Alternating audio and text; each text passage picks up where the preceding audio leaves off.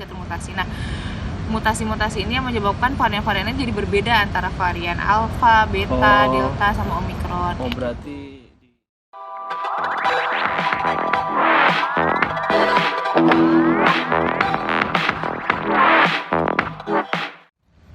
Assalamualaikum warahmatullahi wabarakatuh.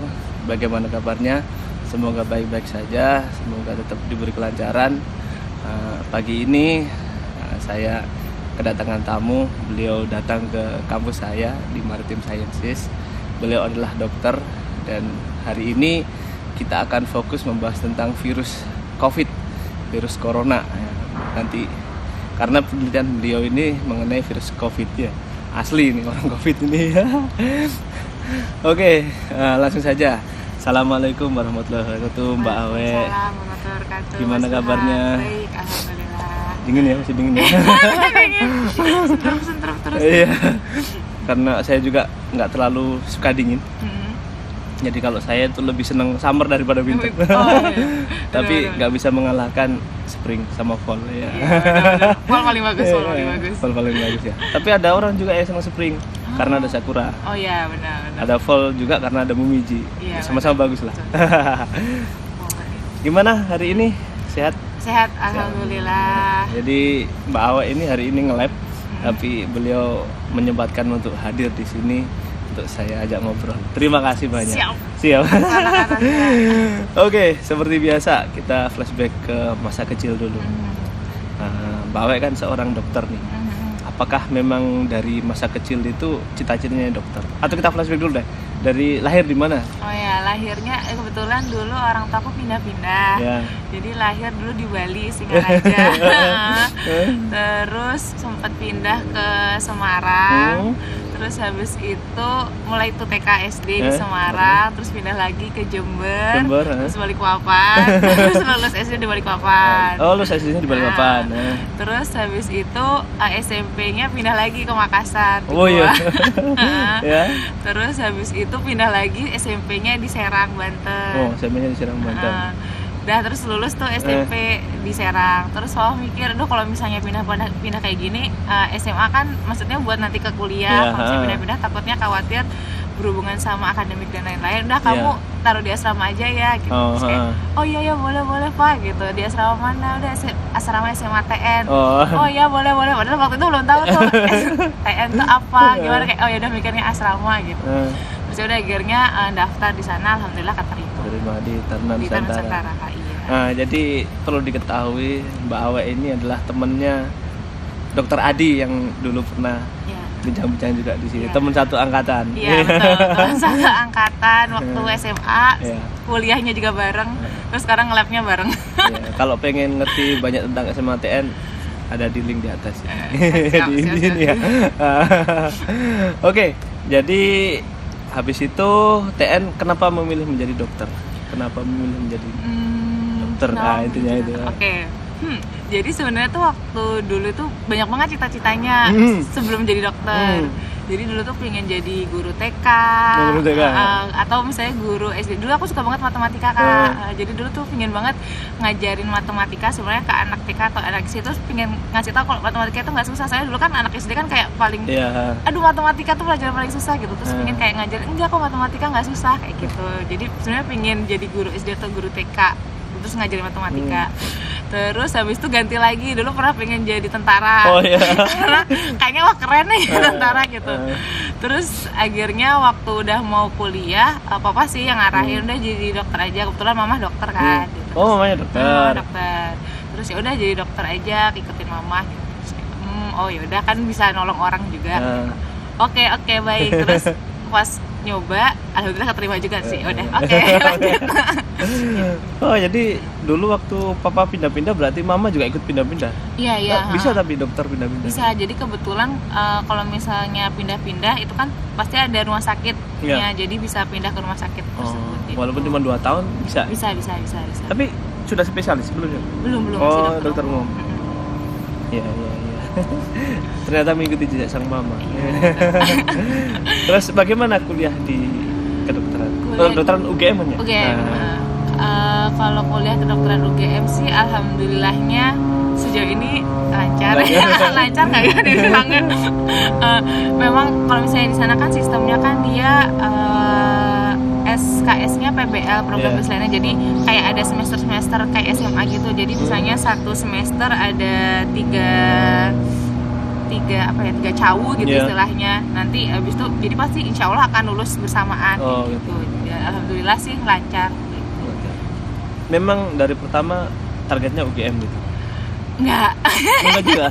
Jadi pertamanya itu waktu dulu kan ada zaman undangan. Dulu daftarnya UI, tapi nggak keterima.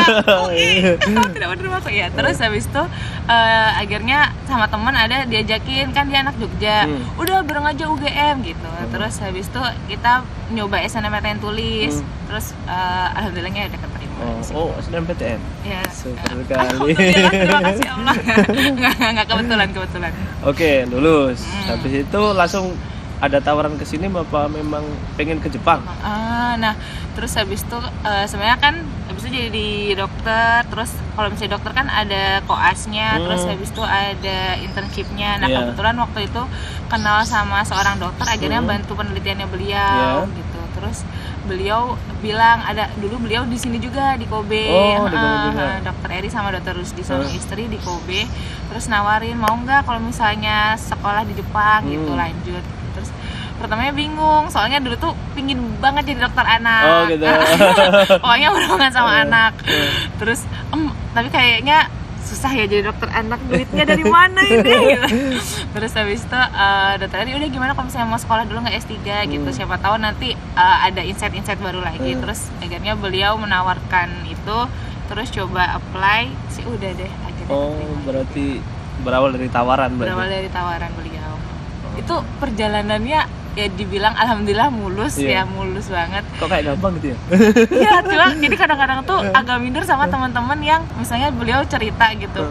Iya, aku struggling banget nih. Misalnya daftar, kayak denger cerita teman-teman kakak kemarin Raffi, terus Kak Aji tuh kayak wah keren ya perjuangan mereka tuh kayak aku alhamdulillah senang sih ya. Cuma kadang-kadang jadi minder gitu. Jadi waktu itu tuh ditawarin, terus kebetulan Adi kan udah duluan kesini Kak.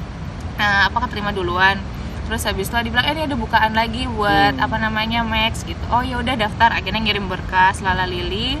Terus habis itu kebetulan waktu Adi mau berangkat tuh profesornya sempat ke Indonesia buat ada kuliah internasional gitu kan.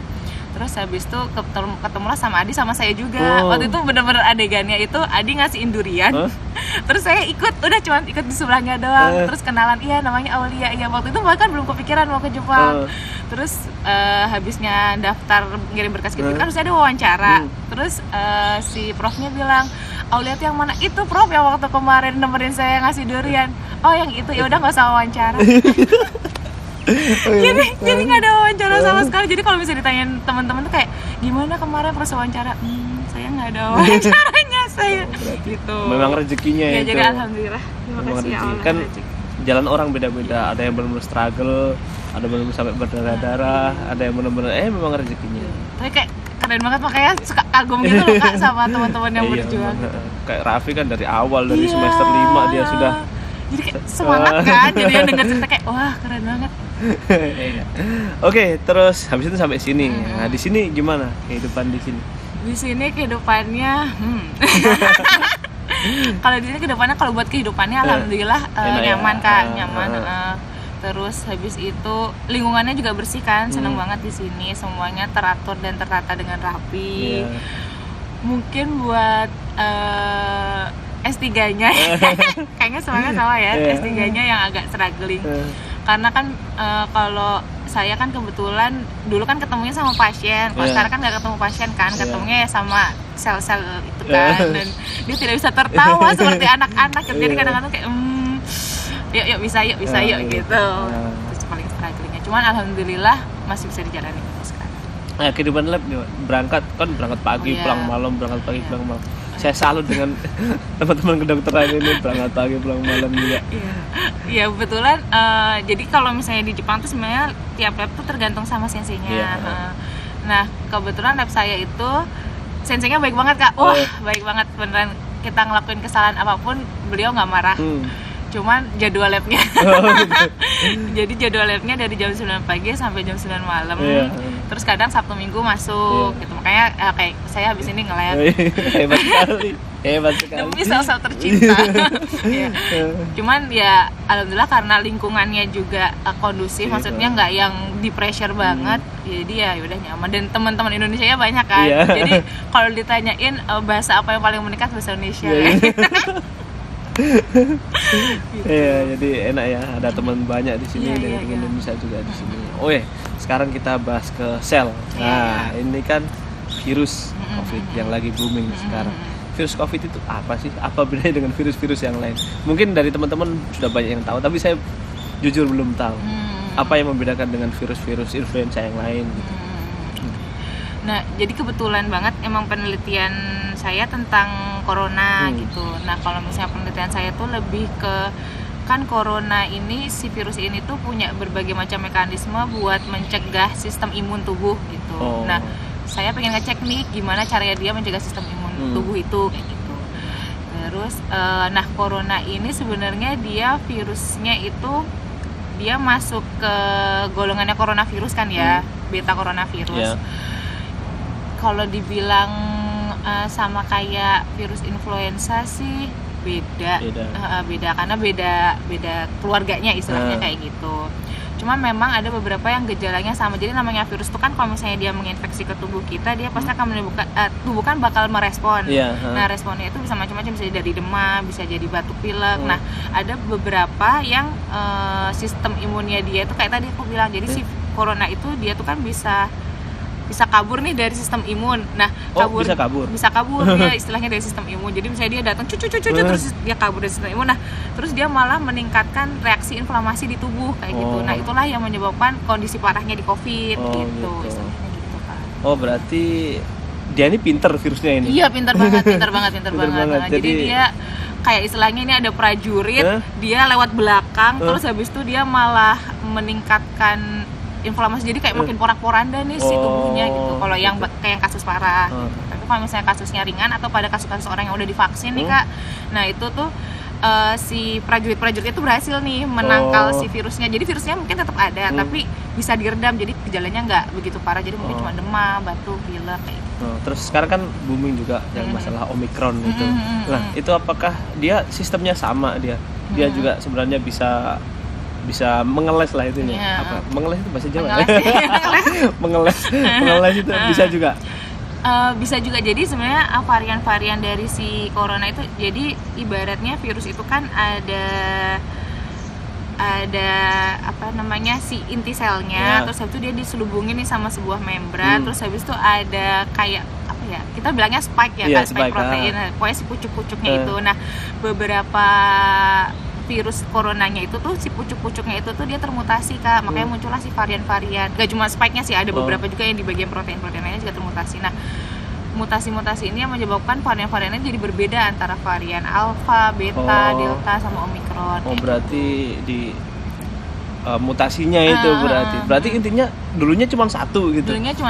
Cuman namanya virus waktu lagi bereplikasi kan istilahnya dia bakal jadi tuh virus waktu bereplikasi itu kan dia punya gen yang panjang gitu kan Kak. Nah, kadang tuh ada beberapa gennya tuh dia malah termutasi. Nah, mutasinya ada yang memang bisa bikin dia jadi mati, ada yang malah bikin dia jadi makin hebat. Gitu. Ada yang ya udah nggak kenapa-napa, nggak ada efeknya. Nah, yang bikin jadi dia makin hebat itulah yang bikin jadi alpha, beta, delta, omikron gitu. Nah, itu yang lagi diteliti, si mutasinya ini tuh malah bikin makin infeksi apa enggak, makin parah enggak kondisinya apa enggak kayak gitu.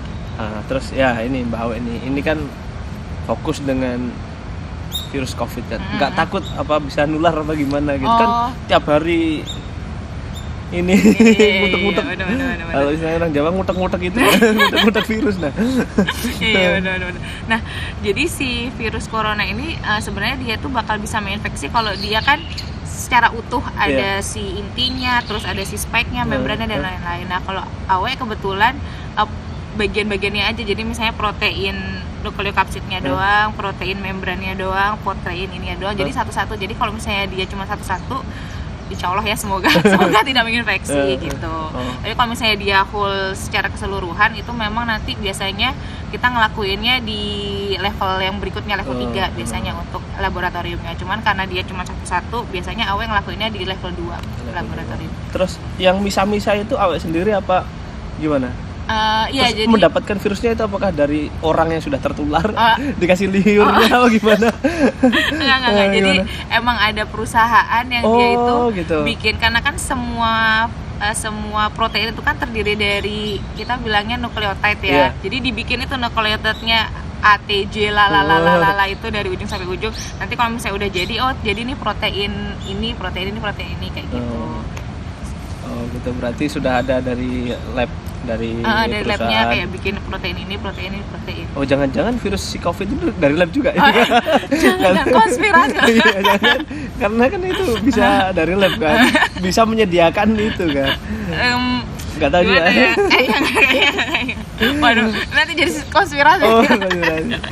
Oke, terus setelah dapat, jadi membrannya diteliti sendiri gitu. Terus proteinnya, speknya diteliti sendiri. Berarti itu satu sel itu berarti khusus sel ini untuk protein gitu, apa gimana?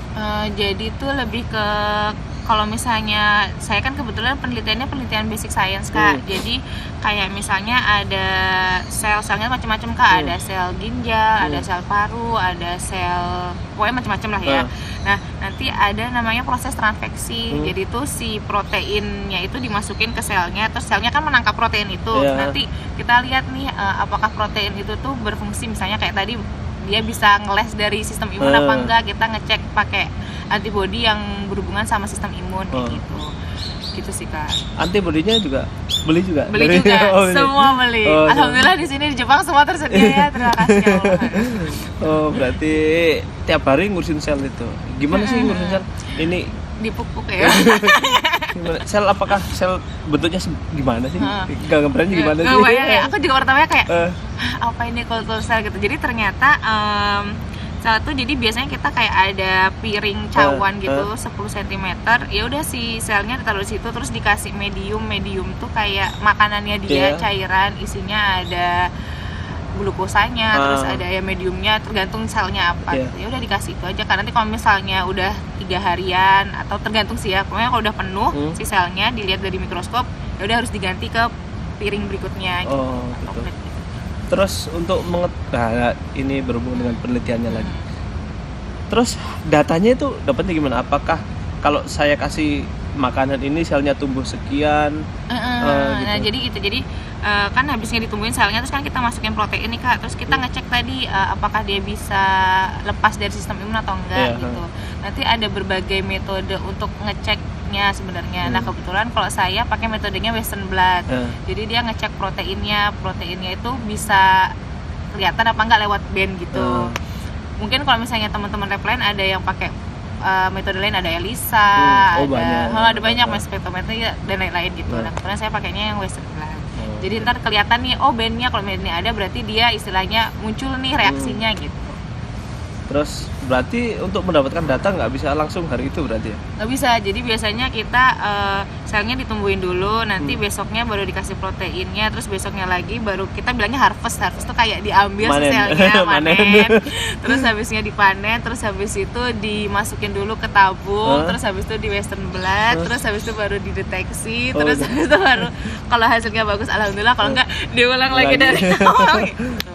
Gitu. Berarti memang tiap hari ngurusin sel itu aja berarti. Sel. Nggak ada yang lain. Nggak ada. Kebetulan kalau saya alhamdulillah sel. Cuman ada lab lain itu dia pakai tikus juga gitu, animal study. Berarti ini fokus ke sel dulu, berarti yang terkecil dulu berarti. Terus ini kan ada vaksin juga kan. Kalau kasih vaksin berarti kasih tetesan vaksin apa gimana?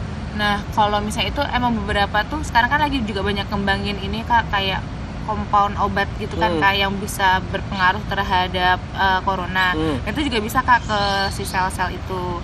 Jadi misalnya obat ABC misalnya, terus dimasukin ke sel yang udah ada coronanya. Nanti coronanya replikasinya berkurang nggak, kayak gitu tuh juga bisa dicek pakai sel. Tapi kalau misalnya udah oke, baru biasanya dilanjutin ke, kan itu kan kita sebutnya in vitro kan Kak. Nanti kita bisa lanjut ke in vivo di animal studies-nya gitu. Baru nanti ke manusia. berarti dari sel ke hewan, tikus habis itu ke manusia. Berarti panjang sebenarnya. Panjang. Tapi berarti di luar sana berarti sudah lebih advance, berarti kan sudah sampai manusia berarti. Nah, tapi di tempat Mbak Awek kan kok baru sampai studi. Itu nanti future-nya gimana? Oke, jadi itu sebenarnya bakal diberikan sih Kak. Jadi ada yang namanya basic research tuh benar-benar berdasarkan sel-sel. Jadi kayak emang bagian-bagian terkecilnya dari sebuah sistem ya kayak gitu. Nah, ada juga yang part yang dia memang klinisi. Jadi misalnya langsung klik dari pasien-pasien. Jadi misalnya dia ngambil darah dari pasien-pasien, terus dari darah ini dicek nih kayak pengaruhnya terhadap COVID gimana, gitu juga bisa. Jadi kayak beda penelitian. Mungkin ini dari hilir, dari hulu gitu kan. Iya, nanti ketemu lah. Oke, terus ini berarti sudah publish paper belum? Datanya masih kurang banyak apa gimana? Masih banyak. Jadi kalau misalnya aku kebetulan kalau misalnya di sini demand-nya apa sih, kebutuhannya untuk lulus itu cuman 1 paper. Jadi selama 4 tahun gitu. Jadi kalau bisa cepet sih alhamdulillah ya. Lagi on progress. Masih banyak data gitu. Cuman senseinya alhamdulillah baik sih. Jadi dia selalu bantuin. Terus kalau misalnya lagi stuck juga dia yang yaudah gimana kalau gini. Yang memberi arahan lah. Kalau saya udah terserah. Gitu. Terserah, yang penting dapat. Oh gitu. Oke, siap. Ntar itu pakai utara, selatan, atas, bawah, yang penting sampai tujuan. Oke, jadi kakak sendiri yang ini yang karena juga satu-satunya PhD student di lab. Jadi udah struggle sendiri. Mungkin saking percayanya Kak sama kakak mungkin ya. Positifnya. Enggak tahu juga. Ya memang begitulah PhD student. Terus ya katanya kan Mbak Awek punya yayasan untuk itu dah. Gimana itu yayasan vaksin itu? Sebetulnya sebelum kesini itu saya sempat bantuin namanya Yayasan Tunas Bakti Nusantara Kak. Itu sebuah yayasan dulu diinisiasi sama alumni SMA Taruna Nusantara.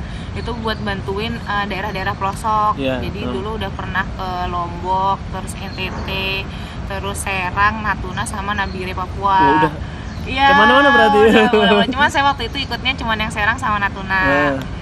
Terus karena kebetulan saya dokter di sana, jadi saya bantuinnya bagian sehat gitu. Nah, terus harusnya rencananya itu dari tahun 2020 kan kita ke Papua sama ke Lombok Kak buat tahun kemarin. Cuman karena corona akhirnya kita tetap ke sana tapi dalam bentuk warga lokal, ada panitia lokal di sana, terus sambil kita juga bantuin vaksin. Jadi kemarin sempat ada kerjasama sama Polri juga buat bantuin percepatan vaksin karena kan dari pemerintah kan minta vaksinnya ditingkatin sampai 70% gitu. Akhirnya Polri sama tentara kan yuk vaksin gitu. Terus akhirnya sebenarnya tuh vaksinnya ada katanya, warganya juga udah ada yang mau divaksin, cuman relawan yang buat nyuntiknya yang nggak ada gitu. Jadi kita kemarin himpun buat relawan vaksin. Berarti Mbak Awek di sini cuman koordinir aja kan, nggak bisa ke sana? Iya. Jadi bos, halo. Tapi banyak banget teman-teman. Awek di sini jadi kacung. Cuman kayak lancar, alhamdulillah lancar, alhamdulillah. Kebetulan tuh ada namanya teman saya Kak Meisha. Itu dia bantuin banget banget saya di sana tuh bener-bener ngehandle semuanya. Sama ada namanya Bang Teguh, ketua yayasan kami tuh yang mohon koordinir semua. Jadi kadang-kadang juga gak enak kayak mereka lagi butuh apa, terus Awek balesnya baru jam 9 malam kayak, maaf ya baru bales. Iya Kak, Bapak udah selesai. Aduh, gak enak banget gitu. Berarti itu yayasan memang didirikan pas saat ada corona? Enggak, jadi sebenarnya udah dari tahun 2016 Kak.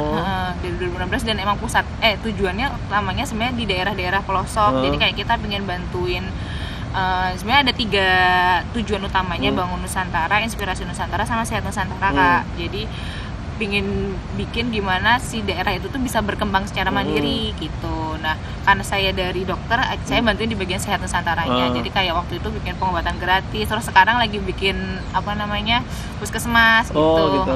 Ya donasinya bisa diklik, boleh iklan ya. Boleh. Donasinya klik di link bawah ini ya. Iya. Gitu terus yaudah gitu Kak ceritanya. Berarti memang fokus ke daerah-daerah tertinggal. Terus ada corona, ya udah sekalian bantuin pemerintah. Mulia sekali. Wah, subhanallah, semoga ya bisa bermanfaat. Orang-orang Indonesia butuh sosok seperti Mbak Awe ini. Terima kasih ya. Enggak. Kebetulan aja. Ya, biar banyak juga pemuda-pemuda Indonesia terinspirasi dari Mbak Awe. Amin. Pingin sih Kak, semoga ya bisa bermanfaat buat orang lain. Soalnya dulu tuh pernah ada yang bilang ke saya kayak hidup yang bahagia itu kan sebenarnya yang bermanfaat buat orang lain kan. Gitu. Jadi kayak oh iya benar juga sih ya, kalau misalnya bisa bantuin orang tuh kayak ada rasa aku berguna nih, hidupku ada purpose-nya nih gitu. Gitu. Terus habis ini kan sama berarti lulus kapan berarti? Lulus kemungkinan 2024. Oh 2024. Iya, Selisih setahun berarti? 2023. Oh duluan kan berarti. Oke, siap. Okay. Terus rencananya setelah lulus spesialis. Kalau spesialis di virus bagian apa ya? Kalau teman-teman kan ada ke jantung, ada ke ini. Sebenarnya kalau misalnya virusnya corona itu sebenarnya bisa kemana aja sih Kak, karena kan semua juga sekarang lagi meneliti corona. Kayaknya ya, mungkin bisa insya Allah. Cuman nggak tahu Kak, belum tahu dia mau lanjutnya kemana sebenarnya, dan kebetulan saya juga belum ada afiliasi gitu, jadi nggak tahu deh ini lagi ke depannya. Yang penting lulus dulu mungkin, habis ini sambil memikirkan ya habis ini saya kemana gitu. Mungkin kampus-kampus atau rumah sakit yang butuh tenaga ahli untuk virus corona bisa menawari Ibu Awe. Jadi belum ada afiliasi. Belum ada rencana. Pokoknya sekarang lulusin dulu aja. Ya lulusin dulu aja, selesaiin dulu ini tugasnya. Gitu. Oke lah. Ya, terima kasih Mbak Awe atas bincang-bincang singkatnya tentang corona. Saya juga baru tahu. Cuman ngertinya kan spek itu apa, spek yang itu kan. Cuman untuk secara detailnya kan juga belum tahu. Ya, maaf ya kalau penjelasannya belibet. Nggak apa-apa. Ya kan saya juga orang engineering kan, jadi kalau secara teknis juga saya nggak tahu, teknis banget juga nggak tahu. Ya intinya terima kasih sudah merelakan waktunya untuk mengobrol bersama saya. Semoga kita lulus tepat waktu. Semoga kita lulus tepat waktu, lancar ya penelitiannya. Dan tetap berguna bagi orang lain. Amin.